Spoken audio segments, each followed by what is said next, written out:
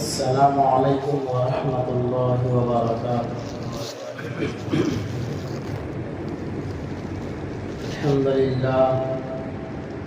الحمد للہ وحدہ والصلاة والسلام علی من لا نبی بعدہ، اما بعد فقد قال اللہ تبارک وتعالی فی القرآن المجید والفرقان الحمید: اعوذ باللہ من الشیطان الرجیم، بسم اللہ الرحمن الرحیم۔ انا عرضنا الامانة على السماوات والأرض والجبال فأبين أن يحملنها وأشفقن منها وحملها الإنسان إنه كان ظلوما جهولا۔ وقال النبي صلى الله عليه وسلم: تبرك بالقرآن فإنه كلام الله، أو كما قال عليه الصلاة والسلام۔ آمنت بالله صدق الله مولانا العظيم وصدق رسوله النبي الكريم، ونحن على ذلك من الشاهدين والشاكرين، والحمد لله رب العالمين۔ سبحانك لا علم لنا إلا ما علمتنا إنك أنت العليم الحكيم۔ رب اشرح لي صدري ويسر لي أمري واحلل عقدة من لساني يفقهوا قولي۔ اللهم صل على سيدنا مولانا محمد وعلى آل سيدنا مولانا محمد وبارك وسلم۔ بزرگان محترم، عزیز ساتھیوں، نوجوانان اسلام، اللہ تبارک و تعالیٰ کا کرم اور احسان ہے کہ اللہ باری عز اسمہ نے ہمیں اس فانی دنیا کی زندگی میں ایک ایسی کتاب دے کر کے بھیجا ہے جس کو قرآن مجید کہا جاتا ہے، جس کو کلام اللہ شریف کہا جاتا ہے۔ یہ کتاب ساری انسانیت کے لیے دستور حیات ہے، یہ ہدایت کی کتاب ہے، جس کے بارے میں قرآن نے فرمایا کہ الف لام را کتاب انزلناہ الیک لتخرج الناس من الظلمات الی النور باذن ربہم الی صراط العزیز الحمید۔ یہ وہ کتاب ہے جو لوگوں کو اندھیرے سے نکال کر روشنی کی طرف لاتی، جو لوگوں کو گمراہی سے ہٹا کر ہدایت کی طرف لاتی۔ اس کا نام کلام اللہ شریف ہے۔ اور نبی علیہ الصلوۃ نے فرمایا: تبرک بالقرآن فإنہ کلام اللہ، کہ قرآن سے برکت حاصل کرو اس لیے کہ یہ اللہ کا کلام ہے، یہ اللہ کی کتاب بھی ہے اور یہ اللہ کا کلام بھی ہے۔ اللہ کی کتاب اس معنی کر کے کہ اللہ تبارک و تعالیٰ نے اپنی طرف سے جبریل امین علیہ السلام کے ذریعے حضور نبی کریم علیہ السلام کے پاس بھیجا، اور کلام اللہ اس معنی کر کے کہ اللہ تبارک و تعالیٰ خود فرماتے ہیں کہ میں کلام اللہ کو خود پڑھتا ہوں، اور جو کلام اللہ پڑھتا ہے میں اس کو خود سنتا ہوں۔ تو قرآن مجید یہ اللہ تبارک و تعالیٰ کی سچی کتاب بھی ہے اور اللہ تبارک و تعالیٰ کا کلام بھی ہے۔ اس کا ایک ایک حرف سچا ہے، یہ سچائیوں سے بھری ہوئی کتاب ہے، اس کا ہر لفظ سچا ہے۔ جو اس کو پڑھتا ہے وہ ہدایت یافتہ ہوتا ہے، جو اس سے محبت کرتا ہے اللہ اس کے ایمان کی حفاظت فرماتے ہیں۔ جو قرآن سے محبت کرتا ہے اللہ تبارک و تعالیٰ اس کے ایمان کی حفاظت فرماتے ہیں۔ قرآن مجید وہ کتاب ہے جس کتاب کے دنیا میں نازل ہونے کے بعد پچھلی تمام آسمانی کتابیں اور صحیفے منسوخ کر دیے گئے۔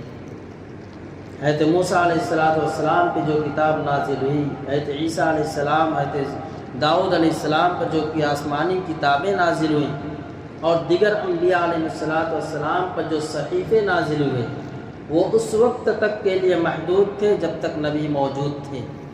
دوسرا نبی آیا، پچھلی کتابیں منسوخ ہو گئی۔ لیکن حضور نبی کریم علیہ السلام جب اس دنیا میں تشریف لائے اور آپ کے اوپر قرآن مجید نازل کیا گیا، تو قرآن مجید کو دنیا میں نازل ہونے کے بعد پچھلی تمام کتابوں کی تلاوت اور اس پہ عمل کیا جانا منسوخ کر دیا گیا۔ اب قیامت تک قرآن مجید کی تلاوت کی جاتی رہے گی اور اسی پر عمل کیا جاتا رہے گا۔ پچھلی کتابوں کو کوئی پڑھے گا، کوئی عمل کرے گا تو سوائے گمراہی کے اور کوئی راستہ اس کو نہیں ملے گا، اس لیے کہ پچھلی تمام کتابوں میں رد و بدل کر دیا گیا۔ اس کے اندر اصل باتوں کو نکال کر اپنی طرف سے من گھڑت باتیں ڈال دی گئی۔ قرآن ایسی کتاب ہے جس کے بارے میں اللہ رب العزت نے فرمایا اِنَّا نَحْنُ نَزَّلْنَا الذِّكْرَ وَإِنَّا لَهُ لَحَافِظُونَ، کہ ہم نے ہی قرآن کو اتارا ہے اور ہم ہی اس کی حفاظت کرنے والے ہیں۔ جس چیز کی حفاظت خود اللہ رب العزت کرنے لگے، دنیا میں کس کی مجال ہے کہ اس کے اوپر انگلی اٹھا دے یا اس کے اندر کمی اور زیادتی کر دے یا اس کے اندر رد و بدل کر دے؟ کوئی مائی کا لال ایسا پیدا نہیں ہوا کہ اللہ جو خالق کائنات ہے، جس نے تمام چیزوں کو اپنی قدرت سے پیدا فرمایا ہے، جس کے قبضے قدرت میں تمام چیزیں، وہ جب چاہے جو چاہے کرتا ہے، کرتا رہے گا، اسے کوئی روک نہیں سکتا۔ وہ اللہ فرماتا ہے اِنَّا نَحْنُ نَزَّلْنَا الذِّكْرَ وَإِنَّا لَهُ لَحَافِظُونَ، کہ ہم نے ہی قرآن کو اتارا اور ہم ہی اس کی حفاظت کرنے والے ہیں۔ اور قرآن اللہ کا کلام ہے۔ قرآن لوگوں کو عزت دینے والا ہے۔ جو قرآن سے محبت کرتا ہے، جو قرآن کو پڑھتا ہے، جو قرآن کو اپنے سینے میں محفوظ کرتا ہے، اللہ تبارک و تعالیٰ اس کے دنیا میں عزتوں بری زندگی عطا فرماتے ہیں۔ چنانچہ ایک بڑے قاری، مشہور و معروف تابعین میں سے ہیں حضرت عاصم رحمۃ اللہ علیہ، مدینہ منورہ میں مسجد نبی میں قرآن لوگوں کو پڑھایا کرتے تھے۔ بڑا بہترین قرآن پڑھنے والے تھے۔ انہی کی قرأت ہم جو قرآن مجید پڑھتے ہیں انہی کا نسخہ ہے امام عاصم رحمۃ اللہ علیہ۔ وہ قرآن مجید پڑھاتے تھے تو کچھ عرصہ گزرنے کے بعد جب وہ بات کرتے تھے تو ان کے منہ سے خوشبو آیا کرتی تھی۔ طلباء نے، شاگردوں نے پوچھنا چاہا کہ استاد صاحب آتے ہیں، جب بھی منہ کھولتے ہیں بات کرنے کے لیے تو ان کے منہ سے ایک عجیب و غریب خوشبو آتی ہے جس سے دلوں کو فرحت، سرور پہنچتا ہے، دلوں کو سکون پہنچتا ہے۔ کیوں نہ استاد صاحب سے پوچھا جائے کہ آخر آپ کے منہ سے خوشبو کیسی آتی ہے؟ چنانچہ شاگردوں نے مشورہ کیا۔ اس کے بعد امام عاصم رحمۃ اللہ علیہ کے پاس گئے اور جا کر کے پوچھا کہ جب آپ بات کرتے ہیں استاد صاحب تو آپ کے منہ سے خوشبو آتی ہے، آخر یہ کیسی خوشبو ہے کہ پورے مدینہ شہر میں ایسی خوشبو سونگنے کو نہیں ملتی ہے، آخر کیا بات ہے؟ امام عاصم رحمۃ اللہ علیہ نے فرمایا کہ میں کوئی خوشبو تو لگاتا نہیں ہوں، آخر خوشبو کس چیز کی ہے؟ تو لوگوں نے کہا نہیں، حقیقت یہی ہے کہ آپ جب بھی بات کرتے ہیں تو آپ کے منہ سے خوشبو آتی ہے۔ تو امام عاصم رحمۃ اللہ علیہ نے کہا کہ میرے شاگردوں، جب اصرار ہے آپ لوگوں کا تو میں بتائے دیتا ہوں، یہ ایک راز تھا میرے لیے۔ ایک رات میں سویا ہوا تھا، چنانچہ میں نے دیکھا کہ خواب میں امام الانبیاء جناب محمد رسول اللہ صلی اللہ علیہ وسلم تشریف لائے اور آ کر کے کہا کہ امام عاصم، تم میرے شہر میں لوگوں کو قرآن مجید پڑھاتے ہو، میرے شہر میں لوگوں کے بچوں کو، مسلمان کے بچوں کو قرآن مجید پڑھاتے ہو، لہٰذا تم میرے سامنے قرآن مجید پڑھو، میرا بہت جی کرتا ہے کہ میں تیرے ہونٹوں کو بوسہ لوں۔ چنانچہ فرماتے ہیں کہ نبی علیہ السلام نے قرآن پڑھانے کی برکت سے میرے ہونٹوں کو بوسہ لیا۔ جب سے میں جب بھی بات کرتا ہوں تو میرے منہ سے ایک عجیب خوشبو پھوٹتی ہے۔ تو قرآن مجید تو وہ کتاب ہے جس کو اللہ تبارک و تعالیٰ نے ہم کو عطا فرمایا ہے۔ اس لیے فرمایا کہ قرآن مجید جس کے پاس آیا اس کو عزتوں سے نوازتا ہے، اس کو عزتوں سے نوازتا ہے۔ ایک واقعہ کتاب میں لکھا ہوا ہے موجودہ دور کا کہ ایک طالب علم تھا جس نے عصری تعلیم، اعلیٰ تعلیم حاصل کیے ہوئے تھا، بڑا انجینئر تھا، اور وہ جاب کے لیے کسی باہر فورن ملک میں گیا۔ اچھی خاصی جاب اس کو ملی، بہترین تنخواہ اس کو ملتی تھی۔ چنانچہ وہ کہتا ہے، کتابوں میں لکھا ہے کہ اس نے کہا کہ جب ہم جاب کے لیے بیٹھتے ہیں، کام کے لیے، تو وہاں ہر قسم کے لوگ ہوتے ہیں، وہاں لڑکیاں بھی ہوتی ہیں۔ چنانچہ جب آپس سے ملنا جلنا ہوتا ہے تو ایک دوسرے سے محبت ہو ہی جاتی ہے۔ چنانچہ ایک عیسائی لڑکی سے اس کی محبت ہو گئی، دل لگ گیا اس کا، اور اس کے بغیر اس کو رہا نہیں جا رہا تھا کہ کس طریقے سے میری اس سے شادی ہو جائے۔ چنانچہ اس نے پیغام دیا کہ میں تجھ سے شادی کرنا چاہتا ہوں۔ تو اس عیسائی لڑکی نے شرطیں رکھی کہ میری کچھ شرطیں ہیں، اگر اس شرط کو قبول کرو گے تب میں تجھ سے شادی کروں گا۔ اس نے کہا جو بھی شرط ہو تم بولو، سب مجھے قبول ہے۔ اس نے کہا سب سے پہلی بات تو یہ ہے کہ تم مجھ سے شادی کرنے کے بعد کبھی اپنے وطن واپس نہیں جاؤ گے۔ اس نے کہا ٹھیک ہے، شرط مجھے قبول ہے۔ کہا آگے کیا شرط ہے؟ کہا کہ دوسری شرط یہ ہے کہ تم جو ہے مجھ سے شادی کرنے کے بعد کبھی تم مسلمانوں کی مسجد میں نہیں جاؤ گے، نماز نہیں پڑھو گے۔ اس نے کہا یہ بھی قبول ہے۔ اور تیسری شرط یہ ہے کہ تم کبھی بھی مسلمان کو اپنا دوست نہیں بناؤ گے، مسلمانوں کو اپنا دوست نہیں بناؤ۔ اس نے کہا یہ بھی شرط قبول ہے۔ چوتھی شرط یہ لگائی کہ دیکھو تم مجھ سے شادی کرنے کے بعد خنزیر کا گوشت تمہیں کھانا پڑے گا۔ اس نے کہا یہ بھی شرط مجھے قبول ہے۔ تمام شرائط قبول کرنے کے بعد اور یہ کہا کہ ایک شرط یہ ہے کہ ہر سنیچر کو اور سنڈے کو جو ہے چرچ میں تمہیں جانا پڑے گا، ہفتے میں 2 دن۔ اس نے کہا یہ بھی شرط قبول ہے۔ تمام شرائط قبول کیا، اس کے بعد اسے شادی کیا۔ شادی کرنے کے بعد اس کے والدین نے کہا، لڑکی کے والدین نے، تم اس ملک، اس شہر سے اتنی دور چلے جاؤ کہ تم کو اس شہر میں کوئی پہچانے نہ، سب لوگ بھول جائے تمہیں۔ چنانچہ وہ شہر چھوڑ کر دور چلا گیا۔ سب لوگوں نے سوچا، دوست احباب نے، کہ اچانک ہی کہاں چلا گیا۔ یونیورسٹی میں پوچھا گیا، جہاں جاب کرتا کمپنی میں، تب اس کی تلاشی لی گئی، کہیں اس کا کچھ خدا نے سراغ نہیں کہ کدھر چلا گیا ہے۔ چنانچہ اس کے گھر سے اس کے فون کیا گیا، لیٹر بھیجا گیا، گھروں کے اندر ماتم مچ گیا کہ میرا بچہ کہاں چلا گیا، آخر کیا ہوا اس کو، کہ کہیں اس کا سراغ ہی نہیں۔ جس شہر میں جا کر رہ رہا تھا تو اس کے بعد جو بہت ساری کتابیں تھیں، ایک کتاب اس کے پاس اور موجود تھی جو ہر ایک کپڑے میں لپیٹ کر رکھی ہوئی تھی۔ جب یہاں سے منتقل ہوا تو اس کتاب کو ساتھ میں لے گیا، اور جب بھی جاب پہ جاتا تھا اس کتاب کو کھولتا تھا اور دیکھتا تھا اور چلا جاتا تھا۔ پھر جب آتا تو اس کتاب کو دیکھتا اور رکھ دیتا۔ تو اس لڑکی نے کہا کہ ابھی بھی تمہارے اندر مسلمانی رمق باقی ہے؟ یہ کیا چیز ہے، تم کیا دیکھتے ہو؟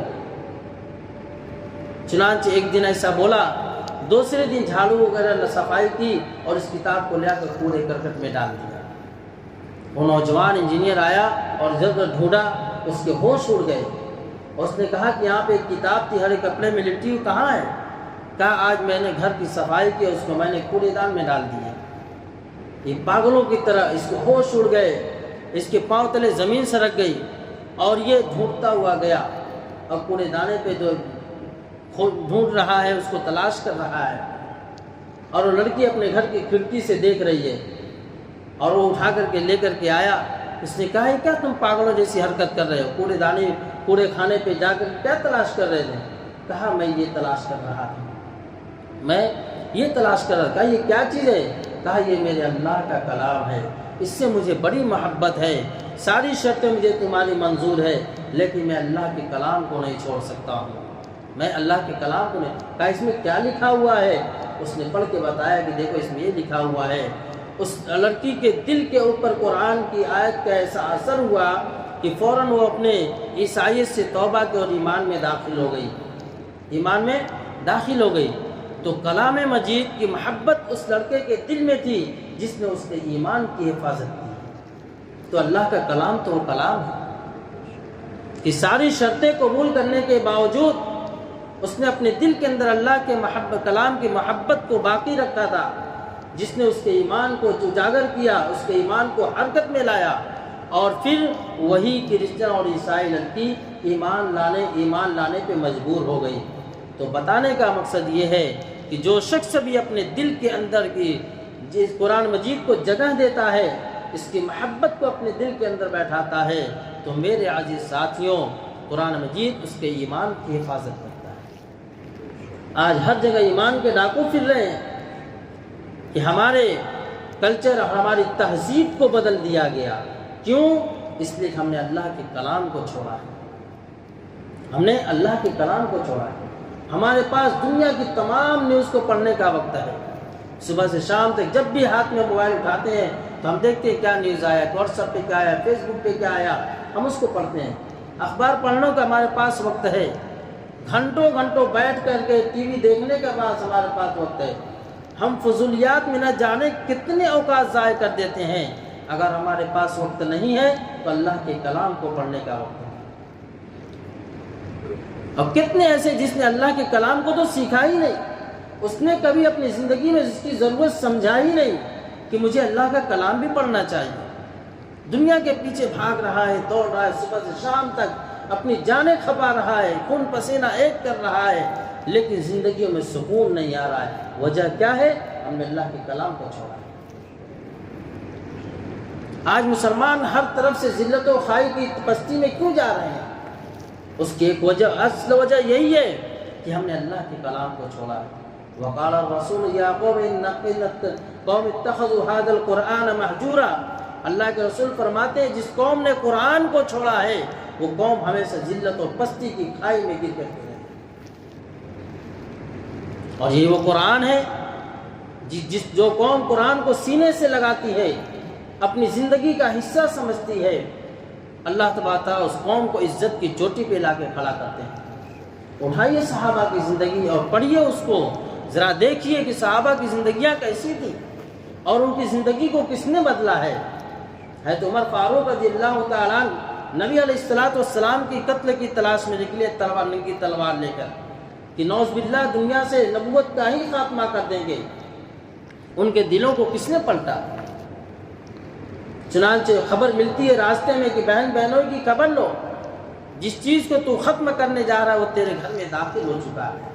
دروازہ کھٹکھٹایا، بہن نے دروازہ کھولا، ایک لمبا چوڑا واقعہ ہے۔ بہرحال بہن سے پوچھا کہ کیا کر رہی تھی؟ کہا کہ ہم تو اللہ کا کلام پڑھ رہے تھے۔ عمر نے جو سزا دینی تھی دی، لیکن بہن نے کہا کہ عمر جس باپ کی اولاد تو ہے اسی باپ کی اولاد میں ہوں۔ عمر جس باپ کا خون تیری رگوں میں دوڑ رہا ہے اسی باپ کا خون میری رگوں میں بھی دوڑ رہا ہے۔ یہ مجھ سے ہو جائے کہ تو سزا دے اور میں قرآن کو چھوڑ دوں، ایسا کبھی نہیں ہو سکتا ہے۔ عمر کے دل کے اوپر یہ آواز اس طریقے سے جا کر کے چوٹ ماری تو عمر کی زبان سے فوراً نکلا، وہ کیا تھا ذرا مجھے بتلاؤ تو صحیح۔ چنانچہ عمر رضی اللہ تعالیٰ قرآن پڑھا اور فوراً ان کی نیت بدلی اور یہ کہا کہ پہلے مجھے نبی محمد صلی اللہ علیہ وسلم سے ملاقات کراؤ۔ چنانچہ گئے اور صحابہ اللہ کے نبی صلی اللہ علیہ وسلم کے ساتھ ابوبکر صدیق رضی اللہ تعالیٰ گھبرائے کہ یا رسول اللہ علیہ وسلم ابوبکر صدیق آ رہے ہیں، ارے عمر آ رہے ہیں، اب تو ہماری خیر نہیں، ننگی تلوار ہاتھ میں۔ کہا آتا ہے تو آنے دو، اگر صحیح نیت ہے تب تو ٹھیک ہے، اس کا استقبال ہے، اور اگر غلط نیت ہے اسی کی تلوار سے اس کی گردن ماری جائے گی۔ چنانچہ جیسے ہی دروازے پہ گئے کہا یا رسول اللہ صلی اللہ علیہ وسلم پہلے مجھے کلمہ پڑھائیے پھر آگے کی بات کرتے ہیں۔ حضرت عمر رضی اللہ تعالیٰ عنہ کے دلوں کو بدلنے والی چیز کیا تھی؟ وہ اللہ کا کلام ہی تو تھا، اللہ کا کلام ہی تو تھا جس نے عمر کو وہ عزتیں عطا فرمائی ہے کہ آدھی دنیا سے زیادہ کو حکومت کر کے گئے اور عدل و انصاف کی حکومت کر کے گئے۔ رہتی دنیا تک کوئی ایسی حکومت نہیں قائم کر سکتا ہے۔ تو عمر کے سائے سے شیطان بھاگتا تھا کہ وہ کیا چیز تھی؟ وہ قرآن کی محبت تھی۔ مسلمانوں قرآن کو اپنے سینے سے لگاؤ، اس کو پڑھنے کی کوشش کرو، اس کو سمجھنے کی کوشش کرو کہ اللہ نے قرآن ہمیں کیوں عطا فرمایا ہے۔ آج ہم اپنے بچوں کی اس کی تو فکر کرتے ہیں کہ وہ اسکول ٹیوشن کے اندر زیادہ سے زیادہ وقت دے، لیکن اللہ کے کلام کے لیے 1 گھنٹہ بھی ہم بڑی مشکل سے دیتے ہیں۔ روزانہ صبح اپنے بچوں کو اسکول ٹیوشن کے لیے اٹھاتے ہیں، بلکہ اس کو تھپڑ بھی مارتے ہیں، اس کے چہرے پہ پانی بھی پھینکتے ہیں، اٹھ جا اسکول کا وقت ہو گیا۔ لیکن کبھی اگر 8 بجے بچوں کا مدرسہ ہے تو کہتے ہیں بچے کی نیند پوری نہیں ہوتی۔ میرے عزیز ساتھی، ہم نے اپنے آپ کو کس بستی میں لا کر چھوڑ دیا؟ ذرا سوچو تو صحیح۔ گھر کے اندر 10 افراد ہیں، کوئی بھی اللہ کے کلام کو کھولنے والا نہیں ہے۔ پورا دن، پورے ہفتے، مہینوں گزر جاتے ہیں، ہمارے گھروں کے اندر قرآن کی تلاوت نہیں ہے۔